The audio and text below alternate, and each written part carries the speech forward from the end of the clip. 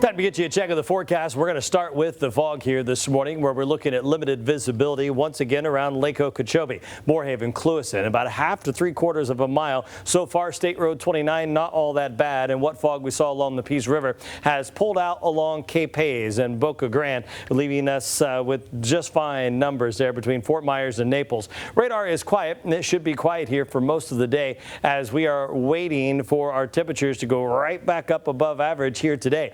Our average low is 56. We're at 64 Fort Myers, 71 Marco. Naples is at 68. We've got upper 50s there from Palmdale stretching back through DeSoto County. Now this afternoon, we're going to be mostly sunny through lunchtime. Computer modeling trying to show a couple of showers. That's the sea breeze front. That's the winds flipping out of the west later on this afternoon. We are expecting things to stay dry and become a little bit breezy later on in the day. Currently, the wind is calm with high humidity. That's why we've got the fog developing once again. And we are expecting the gusts to pick up, but it'll take a little time here today. Just like we saw last week, the winds turn south and eventually out of the west, gusting some 10 to 15 miles per hour. That onshore flow will help make it feel a little cooler there along the coastline, and we're going to rinse and repeat and do this again tomorrow. So get used to the warm temperatures. 85 on the board here today with upper 80s there inland, and you can see the forecast temperatures overnight, low to mid 60s. Let's look across the rest of the country. The cold air has moved a little bit farther to the south as the jet stream is still running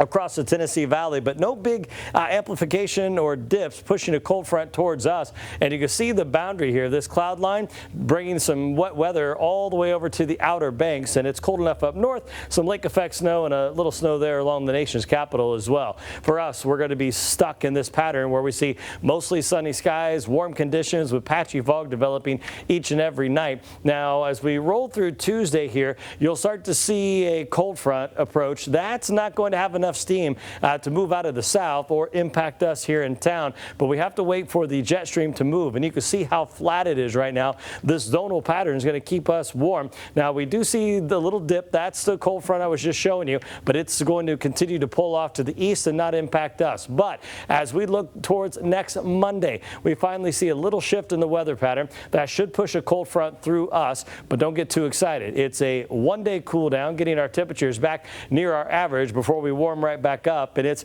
out of reach here of the 7-day forecast. So as we look ahead towards Valentine's Day, expect temperatures there in the mid, if not upper 80s, overnight lows approaching 70 by the weekend.